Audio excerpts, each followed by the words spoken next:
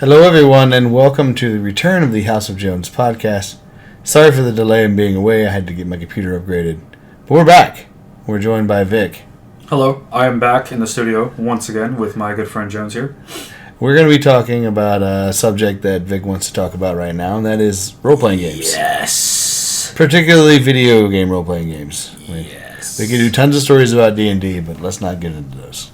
We're 95% arguing. So, Vic, I'll let you go first. What is your first exposure to RPGs? So, like I've already said, probably 100 times on this podcast already, my first, exposure to RPGs would have been Dragon Quest VIII for the PS2. It was my first game of of turn-based RPGs. So I was like, I just don't run in and beat up everybody. Like, hello, what kind of game is this? But it just brought into light like a whole bunch of, tacticality that I could put into it, because in the game you had to defend, you had to psych up, you had to use your items, and it kind of delved into that survival aspect of it, because if you run out of those green herbs that early in the game. But yeah, so I was just that was my first one that I ever played in. God, I can make a whole episode about Dragon Quest VIII, honestly. Man, we probably will in the near future. My first exposure to role-playing games was the original. Actually, maybe it wasn't the original. It's probably Zelda. To be honest with you, Zelda was kind of the first. Back in the late '80s when I was a little boy, I was a wee lad. That's right, mate. So we fucking lad, all right. My uncle was upset, was crazy about Zelda, and we got it. We broke out the gold cart. We played it. It's an adventure game primarily. The good old gold cart. But my first exposure for me was probably the original Final Fantasy. Yeah, and that came out in 1990. I think I probably played it a couple years later. But turn-based stuff to me, that was great. I went crazy with that. I played Final Fantasy 2 and 3 on the Super Nintendo at my friends' houses because I didn't have a Super Nintendo, or as they're known now, 4 and 6. And then, Americanized version, I believe. Yeah, which I actually have the translated versions of 2 and 3 on the Nintendo, and those are fucking hard from what I hear. So this should be a lot of fun when I finally play them. But yeah, for me, after playing Dragon Quest, I'm like, I don't know, I didn't know what the name of the genre was of the whole game, so I'm like, I wonder what is similar to this, and I saw the label was Square Enix, and I'm like, I looked it up, and I'm like, what else does Square Enix do? And I'm like, what the hell is a Final Fantasy? So I looked around, and I saw Final Fantasy X for the PS2, and I'm like, okay, let's see what this is about. And I booted it up, had no idea what the hell was going on. I'm like, why is this guy fighting people with volleyballs? What is going on? But I'm like, this scratches an itch, like, deep in my brain. I'm like, yes, I like this. So anything with, like, magic items, blah, blah, blah, etc., things of that nature, oh my god, I love stuff like that, which branched into a plethora of other games, definitely, especially for the PS2, because PS2 was just RPG, turn-based RPG really central, which I still want to play that. What is it, Shadowheart? Shadowheart, yeah. If anybody can let me play a copy of Shadowheart, I'll send you a beer. I don't know, man. Somebody go, y'all got any them Shadowhearts around anywhere? Y'all got them Shadowhearts around here? I'll give you a Tropicalia. But no, I do want to play those are expensive. I'd love to grab a copy, but I'll have to track it down. Well, you want to pay $200 for a game that's 8 hours? It's not going to be 8 hours. It's probably going to be at least 60. Yeah. Those kind of games. At least 60, yeah. That was my favorite thing about the role-playing games back in the days. That you could put a lot of time into them. Like, when it came to my Final Fantasy love, the reason I became a PlayStation guy was because of Final Fantasy VII. Exactly. And when I heard it was going to Sony, that's when I jumped. And I became a big Sony guy, and I've been that way ever since. Didn't you sell a console to play 7? Yes, I did. I traded in my Sega Saturn, of my games, for a copy of Final Fantasy VII, which I still own. Yeah. Which is why I have the remake and rebirth, because, yeah. Yeah, after I had just beaten Final Fantasy X, I was just like, okay, maybe I should try out Final Fantasy VII. And I'm like, why are there 4 fucking discs to this game? What? My tiny brain couldn't understand disc capacity. And I'm like, what do you mean this is part 1? What was this supposed to mean? Hello? So many discs. Mm-hmm. But yeah, no. Anything like after that, naturally I delved into. The next Dragon Quest game I played was Dragon Quest 10, or I tried to play 10 for the Wii. No, not 10, because 10 was Japanese only. Swords. For the Wii, when you just kind of flung your Wii around and hope the wrist thing didn't come off and smash your TV, like I may or may not have done once or twice. But yeah, I was like disappointed because I'm like, this isn't what I thought it was going to be. That was like an action game, right? Yeah, you literally, it's just like Wii fencing. Oh. And then you just kill monsters in UXP, which was cool. I thought it was cool, but I'm like, this is not what I wanted. Yeah. But no, definitely. There's just been so many that I've played. Naturally, you cannot mention Persona. I mean, you cannot talk about RPG and not mention Persona. You do love those. I love the Persona series. Shin Megami Tensei. Oh yeah. Persona specifically, not Shin Megami. Well, it's a spin-off of Shin Megami Tensei. Yeah, I was thinking about Raidou, because Raidou was a beat-em-up, which was really fun. It was really cool, but God, I got burnt out. Metaphor Fantasio, which you God. Metaphor, yeah. Because my brother was actually the one who was, like, playing Persona 5, and I'm like, dude, what is this? What is this, like, chibi-ass game? I'm like, this is goofy. And then I played it, and I was, like, so enveloped with the story, so enveloped with the characters, and all my imaginary friends in the game. And then when the title screen was over and you hear the music, you're like, my imaginary friends are gone. But I'm like, William, I am so sorry. He's like, yes, we're done. But when he's right, he's right. So naturally, I played all of 5. I played the remake of 3. I played immediately after 5. I made the mistake of playing 3, which crushed me to my soul because of the ending. Like I remember that. Literally, I called my friends after beating that game, and I'm like, I love you. I'm so sorry. And my friend was like, what the hell is wrong with you? And I'm like, I beat Persona 3. He's like, oh, I'm sorry, dog. He went literally. But then after that, I'm like, I gotta play something happy. So I played Persona 4 Gold. Persona 4 Golden, which was a remake for the PS Vita that I played on my PS5. Which I'm so excited. Are they remaking for? Yeah, it's revival, and I'm so excited for that. But that series, oh my god, just does such a good job of ambiance, music. I love the weakness, like when you hit a weakness and you get an extra turn. I love that. Well, that was a big deal with any of those games. Shin Megami Tensei and generally Digital Devil Saga on the PS2. Didn't they do that before Pokemon? Did Pokemon adopt that from them? I think that's kind of a thing that they've been doing forever. Shin Megami Tensei is about, like, you know, capturing demons and adding them to your party. Yeah, I want to play Digital Devil Saga Digital Devil Saga is really fun because they have demon forms. I wonder where I can play that, if I can play that. I really wish I still had my copy because the big thing with that one is exploiting weaknesses in your opponents. Like you figure out what they're vulnerable to and you use that to your advantage. But that one's its own thing. Then the Shin Megami Tensei regular is like Demon Pokemon, basically. Demon Pokemon. That's what it is. Literally, you remember me playing Nocturne when we got the remake of Nocturne. Oh yeah. And it was remastered Nocturne. It's like it's me, and then there's 3 other characters that are like little monsters that you can power up and shit. So you can fuse Nintendo, you can't copyright that shit. It's been there, like trying to copyright summoning monsters and shit. That's Dark Souls. All right, you can't do it. Sorry. No, yeah, it's crazy. Speaking of RPGs, Dark Souls. Oh yeah, we can't. Yeah, Dark Souls. So Casey, I was fresh into my first job as a server back in the ripe year of 2015, and I had just met Casey. I didn't do Dark Souls until 2016 though. And so we talked about video games, and he was one of the first few people that I knew that played Dragon Quest, and I'm like, oh, this guy gets it. And then he just like, I hear him and his friend talk about Dark Souls, and I'm like, what the hell is a Dark Soul? And they're like, oh, you finna find out, bitch. And so next thing I knew, I bought a copy. You're gonna learn today, boy. And then, I had no idea what I was doing. Your first one was 3 also. My first one was 3. Yes, as well as mine. But you guys held my hand through the entirety of that game. Amazing. Yes, it was so much fun. I love leveling up. Oh my god, I'm pretty sure we have some archive streams of you in that. I think some of the ones I've exported to YouTube was literally some of the streams from that was my early days of streaming. That was like probably year 2 in streaming. That was like I got a really good audience from Dark Souls. No, but I love the especially the lore, trying to figure out all of that. But the infamous fight of mine to this day that has haunted me for years. That I thought, well, there's two of them actually. One that I don't know how my brother did this by himself, but the Nameless King. Oh my god!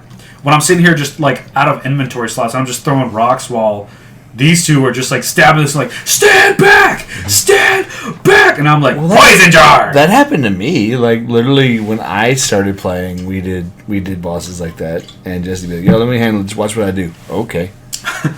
Except for Lothar and Lorien, that shit. Jesse, he's not dead. He's dead. Jesse, he's not dead. He's dead. No, you're good. No, he's getting up. that was like balls to the wall. Like, nah, man, you're good. He's getting up.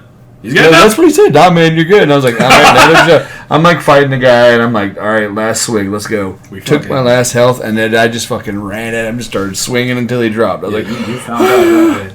That was a fun one. When Nameless King dropped, I was just like, thank God my friends were here to help me with this, because I could not. I haven't soloed him. I think I just was so underleveled. I don't know what I was doing wrong. It's just a hard fight. He's a tough fight. It was an optional boss. Of course, it's gonna be tough. Yeah, shout out to him being an Elden Ring. I mean, a Night Rain again. Yeah, I really kind of. The Duke's Dark Freya is a Night Rain as well, and there's a lot of old school bosses in there.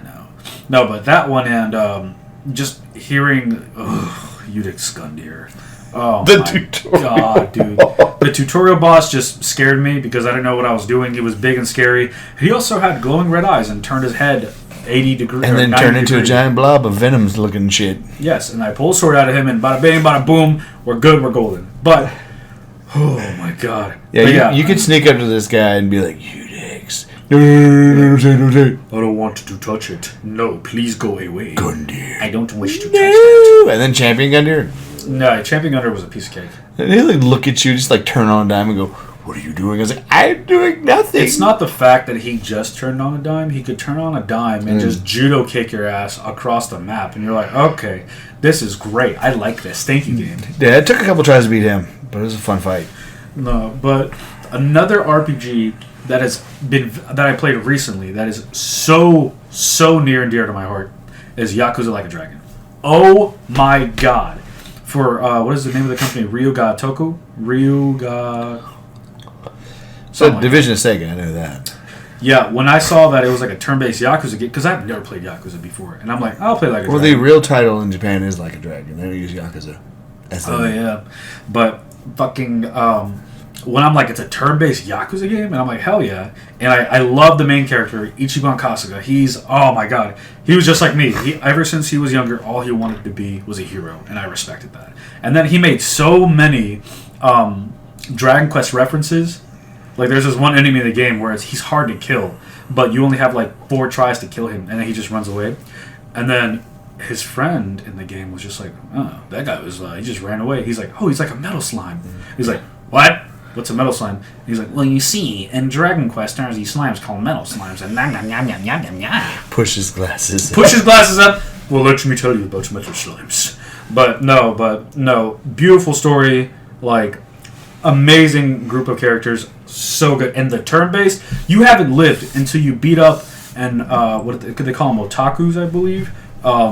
Guys who are big into anime. Anime nerds. Yes. So, you haven't lived until you play as a Yakuza member who beats the shit out of somebody with a bicycle that he finds on the side of the road. It's just so goofy and fun. Yeah, those games are a lot of fun. I need to actually play those and stream those. They have like a minor like weakness system and things of that nature also. But no, definitely that one and like a pirate. Oh, but I did not. Just keep going. But yeah, like a dragon. What was it? Infinite Wealth. That one, I actually might want to replay that one because I played the first one like maybe 3 times. Okay. And I keep telling William, bro, play this game. It's so good. I should check those out eventually, for sure. It's real on PlayStation Store. Yeah. Another thing that you missed out on because you're younger is I didn't have a Super Nintendo growing up, but I had lots of friends with them. And the Super Nintendo was literally the RPG system. You had Final Fantasy. You had Chrono Trigger. Oh, you had Dragon Quest. I played So not a lot of Dragon Quest games in America, but I have 5 on Super Famicom. Yeah. whatever that weird Portuguese set was. And then I had that weird Portuguese port of several Dragon Quest games, which is pretty damn cool. You had games like Illusion of Gaia. You had a lot of them. I mean, Chrono Trigger was a big one. Earthbound. Oh, Earthbound, of course. Which is rare and expensive. And I'm not sure if you've played it or heard of it, but my siblings love Deltarune, Undertale. I've heard of Undertale. Yeah, because that one, and you ever heard of Omori?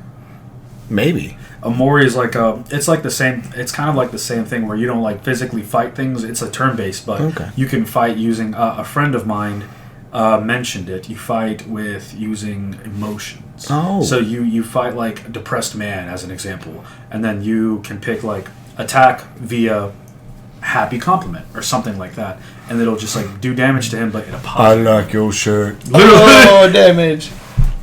literally. But one on the NES that we played not too long ago that was amazing by Capcom.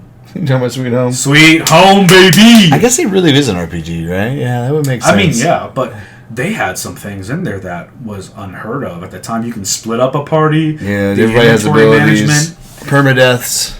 Down to the doors opening also that, for those of you who don't know, Evil. Yeah, Sweet Home is made by Capcom, which was the precursor to Resident Evil. Like, down to the inventory management. Yeah, they wanted to make a new version version of Sweet Home. And freaking doors opening, cutscene, like, all that stuff. But it was a turn-based, and the art style was amazing. The battle music is incredible, and it gives off a spooky vibe. It is really well done. For what limitations they had, they put out I mean, that was Capcom, though. They always get the most out of their systems. Yeah, there's another really good one that I know you never played. You didn't have a PS1 very much. Was Legend of Dragoon, which, by the way, kind of feels like an Expedition 33, which is Game of the Year. Probably takes some inspiration from with the combat system. How can I not talk about Expedition 33? Game of the Year. No, because I remember you showed that game to me. You're like, hey, you should check this out. It looks pretty good. Yeah. And I'm like, okay, I'll take a look at it. And I saw... And then you got it later. I saw, like, the trailer for it, and I'm like, it's only, like, $40. How could I say no? I bought it, downloaded it, beat it in a week. But that game is, I tell you, it's maybe one of the most beautiful games I've ever played in my entire life. It's so freaking good. And it's a nice little strike against the big companies. But yeah, it's just crazy what happens when you like don't try to just make profit with microtransactions and battle passes, and all you need is like what's his name, Joey Diaz. He's like, just give me 3 bad motherfuckers, I'll show you what I can do. And that's essentially what happened. Like they imagine. What's the staff of like 30 something people? 33. Is it really 33? I think it's 33. Okay, well, there you go. But yeah, but they took inspiration from Final Fantasy. I showed you that one like picture where like it's like a frozen train with the Final Fantasy logo on it. Like they took big inspiration from that. But the story, so good. The music, like I hate using this term, made me cry. Yeah. In certain parts where it's just like such a beautifully written out fight, and you're like, I don't want to do this. This hurts too much. It made me feel. Well, I mean, that's the best stuff that makes you feel. No, yeah, definitely. And it's just like, near and dear to my heart. It's like in Final Fantasy VII when, spoiler, even though it's a game from 20 years ago. When Aerith dies, oh, man. Somebody just got really mad in the comments right now. Oh, yeah. Oh, well, you know what? If I haven't played it yet, you suck. Okay, it came out in 1997, so... I was 1. Thanks for reminding me. I was 16. But yeah, that one. Did I not call it? Did I not call it from like Expedition 33 getting Game of the Year? Yeah, you did. I call it from. They literally got 9 awards. No, they cleared out every. Did you see Kojima got mad and he stormed off? I heard. Like, he didn't win anything. He didn't get nothing for that. He's like, fuck this, and he just left. Dude, I was watching a video the other day and I had to turn it off. This is a little aside joke. It was about Kojima, but I couldn't do it because the guy wouldn't pronounce his name right. It said Hideo Kojima. I said, nope, we're not. Okay, turn it off. Hideo Kojima. He's a weird guy who likes movies so much that he makes video game movies. We respect him, but I don't want to play Death Stranding. I'm good. I I might want to play Death Stranding 2 because I heard Death Stranding 2 is really good. There is more content into it. I played the first Death Stranding, and I haven't. Mailman Simulator. I want to play as Daryl from The Walking Dead, but which I'm actually watching live, by the way. But anyway, but yeah, that game does look like fun. Definitely, it's very confusing, but it's also wacky and fun. Also, from what I could see, from what I've seen, this little doll that's like, bum bum bum bum bum bum hajimaraba. Yeah, it might be fun. I mean, I might look into it one day, but it looks beautiful. No, it looks amazing. But another thing that I know about with RPGs as a series is Phantasy Star, which I know you have no experience with, but they're turn-based RPGs, and it's more of a sci-fi mixed with fantasy setting. So it's like they're really good. Phantasy Star 1 I know is amazing. 2 and 3, I think 2's okay. 3's kind of a miss, but 4, Phantasy Star 4, is an absolutely fantastic game. And I feel like I need to play that. I have it on my Genesis collection. It's really fun. Interesting. There's Shining Force, which is tactical RPGs. I know those are tougher where you play it on a grid. But 2 really good ones that I played a long time ago are the South Park games. Stick of Truth. Oh! And the Fractured Butthole. Oh my god! Because Stick of Truth was turn-based, and Fractured Butthole was a tactical RPG. And I had a lot of fun. That was a lot of fun streaming those back in the day. Okay, now that it's a tactical, you said, because remember you were asking. It's got the grid, yeah. Yeah, you were asking me in the car how do you feel about tactical. Yeah, technically I have played a tactical. Because you played that one. Yeah, so I think I would like tactical. You got to move your try. I mean, Final Fantasy Tactics is really good, and the remake is pretty. Isn't Jesse like really? Yeah, he's big into that, and he likes tactics a lot. Yeah, no, but I just love like trying to anticipate what your opponent's gonna do, because especially when you're fighting this like big nasty boss. I remember one boss in Dragon Quest VIII that I think William and I struggled so hard against was Captain Crow, because it was the first time in any like boss fight where he could attack twice, and you couldn't anticipate what he was going to do, because if you like psyched up your whole party, your attack power is like times 100, everyone's like ready to go, and then he cast Wave of Ice and it just like my soul would just like burn ever so slightly. That's like the Dragon Quest 3 remake. By the tail end of the game, the boss is doing like 4 attacks per round. Oh my god, that Doom the Volcano. Oh, that guy was hard. But did we not exploit him? Did we not exploit this motherfucker? I'm gonna turn. Didn't I give you the idea? No, I found it online. So that's crazy. Turn everybody into stone until he runs out of MP, and then you can kick his ass, and it works. Yeah, just clang everybody until he runs out of MP, so he can't. And it's like, oh, not enough MP, and I'm like, yes. And I just waxed it. It was great. No, yeah. I've used that for a lot of fights after that too. Well, this guy's kicking my ass. Let me clank this shit for a few. No, me. All right, let's go. And even though like your character, like the hero has like half his magic points, you're like, I don't give a fuck. I'm kicking your ass now. You're gonna get it now, boy. That gargoyle on that mountain was a pain in the ball sack. I still gotta finish that game. I'm at the last dungeon, but I know there's more to the fight. Quote unquote. Well, you have to fight him, and then there's something else you do, and then you gotta fight him again at the end. So I get it. There's more to it. But those are fun too. We're doing the remakes, the 2D HD 2D 3D remakes of Dragon Quest. Oh yeah, I need to talk about that. No, I played the 3 remake. That was amazing. That one, yes, it was. Even though I know it was like a remake, the art style was incredible. I love the artwork on the box also. Just so good overall. And then we started 2 a couple weeks ago. We did. Did we? We played 1 and 2. Yeah. Like the intro. I'm going through 1, and we started 2 to let him try it out a little bit. Yeah, I was like, this is nice. It is really good. It's just so terrifying, only being one guy. Yeah, it's hard. I really need to get like the boomerang or something. But I heard that later on in the game, there's a move you can. I think it's I forgot the name of it. Where it lets you go 3 times. Oh, yeah. And now it's like, I'm the boss now. Well, screw you. In the original first game, you only fought like 1 or maybe 2 people at a time, right? Yeah. So have fun trying to grind that. Jesus, especially if like you got a slime and you got to waste like 30 seconds, because I mean it's so. It'll drain you. Yeah, that's true. There's a lot of really good games out there. Like I said, we got the Dragon Quest 1 and 2 and 3. Got to finish those up.